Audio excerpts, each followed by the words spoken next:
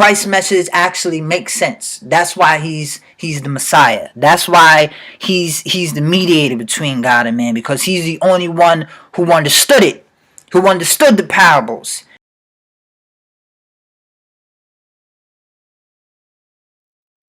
The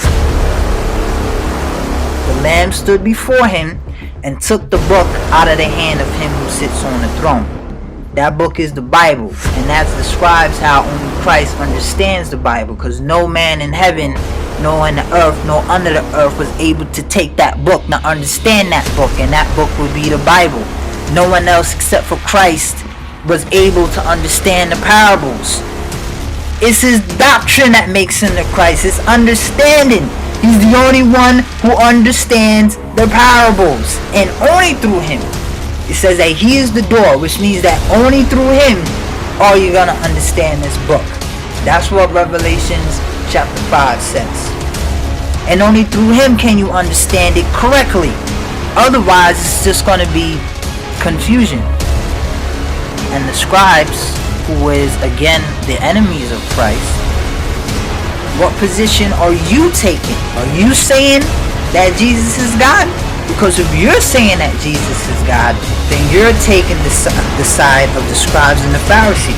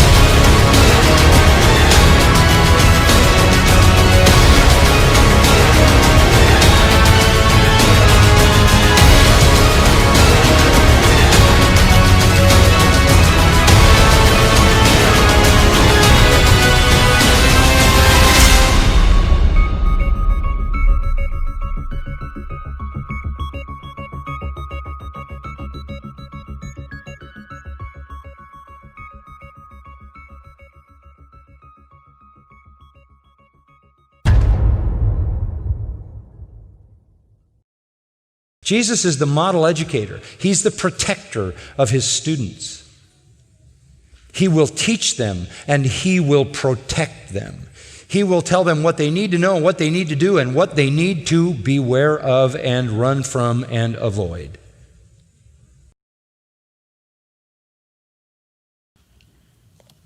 What about you? What about you?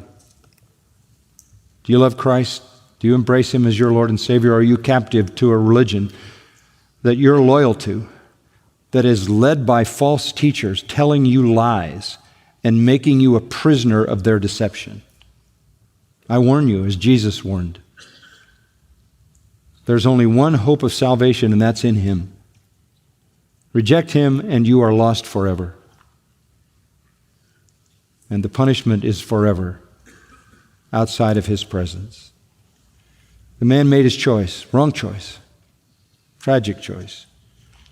A kind of a microcosm of Judas, who encountered Jesus, saw his power, heard his words, heard his warning, and chose hell. Tragic story. Sets the tone for the rest of the gospel and the rejection to come.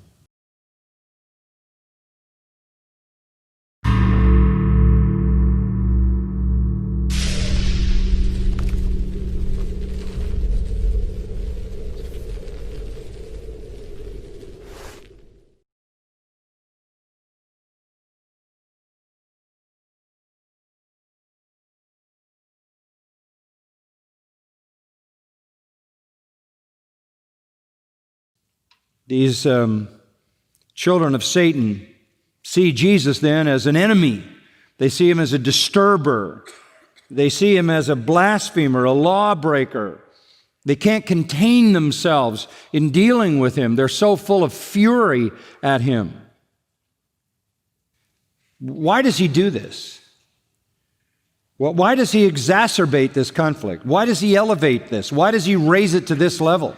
Why does he say things like, you're of your father the devil, you're liars and murderers, and you desire what the devil desires? Why does he say that? Well, the answer is because he loves them. Because this is a mercy. It is a mercy to shatter false securities. It is a mercy to devastate false religion. It is a mercy to strip people locked in some form of religious deception, strip them naked of that deception. These are people with the emperor's clothes. They need to be exposed for what they are.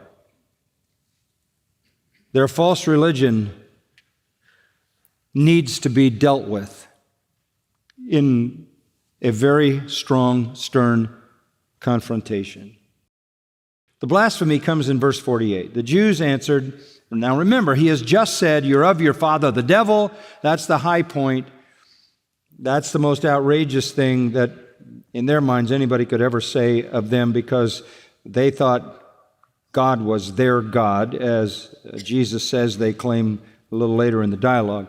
So he says, you're of your father the devil. Their reaction, rather than taking the exposure and saying, whoa, help us, what are we missing? Lead us to the truth. They harden their hearts. They become harder and harder and more bitter and more bitter. And so they respond in verse 48. Here's the first blasphemy. The Jews answered and said to him, do we not say rightly that you are a Samaritan and have a demon?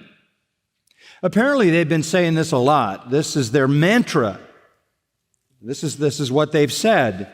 As I noted a moment ago in chapter 10 and verse 20, many of them said he has a demon and is insane. This has been the standard statement about Jesus. This is what the leaders had cultivated about him. See it in Matthew 11:18. In Mark 3:22, it says he is possessed by Satan.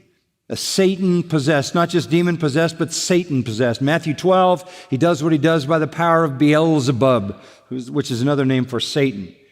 They were spreading the word. Here they justify it. Do we not rightly say that you are an insane, demon-possessed Samaritan? So the stakes are very high. This is not a time to invite them to some genteel way to embrace the blessings of salvation. This is a time to warn them because they are in severe danger, having made the conclusions they have made. And by the way, one of their conclusions was that Jesus himself was from the devil.